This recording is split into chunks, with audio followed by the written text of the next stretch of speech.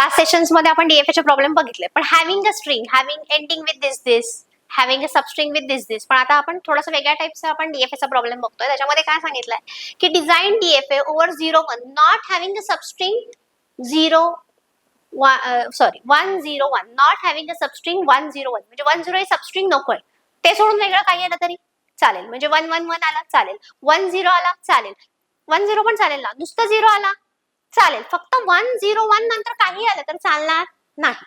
मग आता कसा ड्रॉ करायचा, तर आपण जसं सबस्ट्रिंग साठी ड्रॉ करतो तसाच करायचा. हा प्रोसेस करताना कसा करायचा, 1 0 1.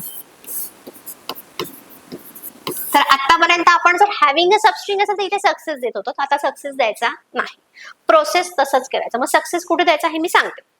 मग आता Q0 वरून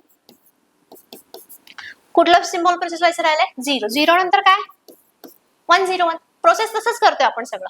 म्हणजे 0 नंतर 101 पाहिजे, तिथे मी लूप टाकला. त्यानंतर मी Q1 ला आले, Q1 ला आल्यानंतर काय प्रोसेस केला, 1, 0 प्रोसेस झालाय, 1 राहिलाय, 1 नंतर काय पाहिजे 0, आणि कुठून मिळतोय 01, बरोबर. त्यानंतर इथे Q2 ला आले, अजून मी सक्सेस स्टेट कुठेच दिली नाहीये बरं का, 0 1 0, काय पाहिजे 1 1 0 1 1 0 1, कुठून मिळते 101, 0 साठी. त्यानंतर सबस्ट्रिंग आहे ना, कुठला प्रॉब्लेम आहे, सबस्ट्रिंग आहे म्हणजे इथेच लूप येणार आहे, बरोबर. सक्सेस येणार नाही, इथेच काय येणार आहे, लूप येणार आहे, 0 आणि 1. मग आता प्रॉब्लेम कुठला आहे, not having a substring, not having म्हणजे 101 सोडून काही, म्हणजे नुसतं 0 0 0 0 चालेल, 1 0 चालेल. मग आता आतापर्यंत आपली सक्सेस स्टेट Q3 होती, तर आता Q3 सोडून उरलेल्या ज्या स्टेट्स आहेत त्याला सक्सेस करायचं. म्हणजे कोण सक्सेस होणार, Q1 Q0 Q1 आणि Q2. म्हणजे बघा ना, 1 1 1 आलं चालेल, 1 1 1 0 आलं चालेल, 1 1 1 0 0 0 0 0 1 आलं तरी पण चालणार आहे. पण 1 0 1 नंतर 0 0 आलं, 1 1 1 आलं तर चालणार नाही, कारण की सिंगल स्टेट म्हणजे एरर स्टेट. कळालं का कसा प्रॉब्लेम सॉल्व्ह केला. मग आता मशीनची जेव्हा तुम्ही डेफिनेशन लिहिणार आहात, त्या मशीनची डेफिनेशन लिहिताना ट्रान्झिशन टेबल मध्ये सक्सेस स्टेट किती येतील, Q0 Q1 Q2 Q3, Q0 Q1 Q2, input symbol over 01, Q0 Q1 Q2 Q2 Q1. त्याच्यानंतर Q2 नंतर Q2 कुठे चालला, Q2 वरून 0, Q0 Q1 Q3 आणि हा Q3 वरती. मग आता जेव्हा तुम्ही इथे खाली मशीनची डेफिनेशन लिहाल, तेव्हा मशीनची डेफिनेशन लिहिताना कुठल्या कुठल्या स्टेट्स येणार आहेत, Q0 Q1 Q2 Q3, input symbol 01, starting state Q0, transition table. त्याच्यानंतर इथे काय येणार आहे, सक्सेस स्टेट. सक्सेस स्टेट किती तर तुमच्याकडे 3, Q0 Q1 Q2. ह्या तुमच्या इथे फायनल स्टेट येणार आहेत. कळालं कसा सॉल्व्ह केलाय. तसाच लगेच अजून एक बघूयात. Design DFA over A B C having a string starting with A, starting with A पाहिजेच आहे, and not having a substring BSc.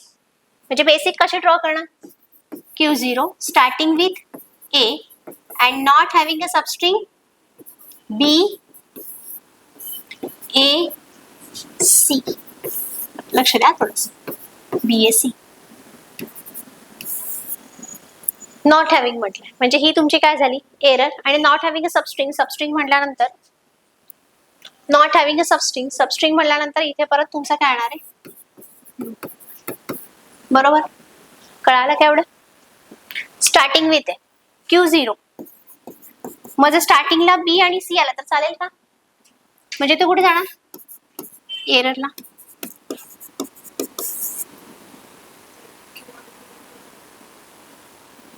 मग इथे Q4 टाकते ना, ठीक आहे का.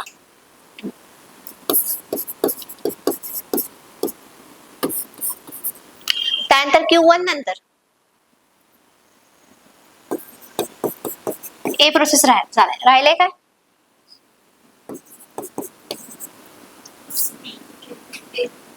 ए आणि सी नंतर काय पाहिजे? बीएससी. कुठून मिळते बीएससी? बीएससी डायरेक्ट आता तुम्हाला कळायला पाहिजे. बीएससी कुठून मिळते? Q1. मग आता काय करणार मी? ए आणि सी साठी Q4 ला आले. Q4 ला मी ए आणि बी रीड केलंय. प्रोसेस काय झालंय? राहिलंय कुठलं? बी आणि सी. मग बी नंतर काय पाहिजे? बी नंतर एसी. एसी कुठून मिळते? ए सी. Q2च्या ऐवजी माझं नाव मी Q4 घेतलं इथे. मी नाव काही असेल त्याने काय फरक नाही पडणार आहे. बी आणि सी नंतर बीएससी. बीएससी बॅक ट्रॅकिंग केलं. Q2 ला आले. A B A. प्रोसेस झालाय सी. राहिलाय काय?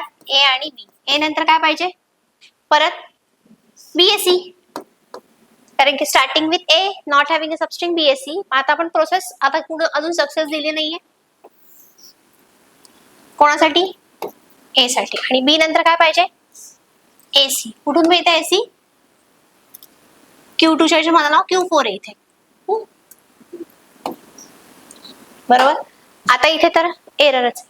बरोबर. आता इथे ही जी स्टेट आहे ही पण एररच आहे ना. ही जी स्टेट आहे ही पण एररच आहे का वेगळी? एररच आहे. बरोबर आहे. आणि ही पण स्टेट काय आहे? एररच आहे. म्हणजे ते चालणार नाही म्हणजे एररच आहे ना. मग ह्या केसमध्ये तुमच्या ह्याच्यावर आहे चॉईस. तर इथे परत म्हणजे ही पण स्टेट तेच काम करते, तिथेच चाललंय प्रोसेसला. हे पण तिथेच चाललंय. म्हणजे दोन्ही स्टेट आपल्या एरर स्टेट आहेत. नावं वेगवेगळी आहेत फक्त. एका एरर स्टेटचं नाव आहे Q3, एका एरर स्टेटचं नाव आहे Q एरर. मग ह्या केसमध्ये तुम्ही या दोन वेगवेगळ्या न लिहिता मी काय करू शकते? हा जो सी आहे हा मी सी इकडे पण घेऊ शकते ना. मग ह्या मध्ये ही आपली स्टेट जी आहे ती कमी होईल. आणि मग सक्सेस स्टेट कुठल्या येणार सांगा आता? सक्सेस स्टेट कुठल्या येणार? चुकलं. Q1, Q4, Q2. Q0 का नाही येणार? आधीच्या प्रॉब्लेम मध्ये तर आपण डायरेक्ट केल्या, पण आधीच्या प्रॉब्लेम मध्ये फक्त सबस्ट्रिंग होतं. इथे आपल्याकडे कॉम्बिनेशन आहे स्टार्टिंग विथ ए म्हणजे Q1, Q4 आणि Q2. ह्या तुमच्या काय झाल्या? सक्सेस स्टेट झाल्या. कळालं का? आपण नॉट हॅव्हिंगचे प्रॉब्लेम कसे सॉल्व्ह केलेले आहेत? थांबूया.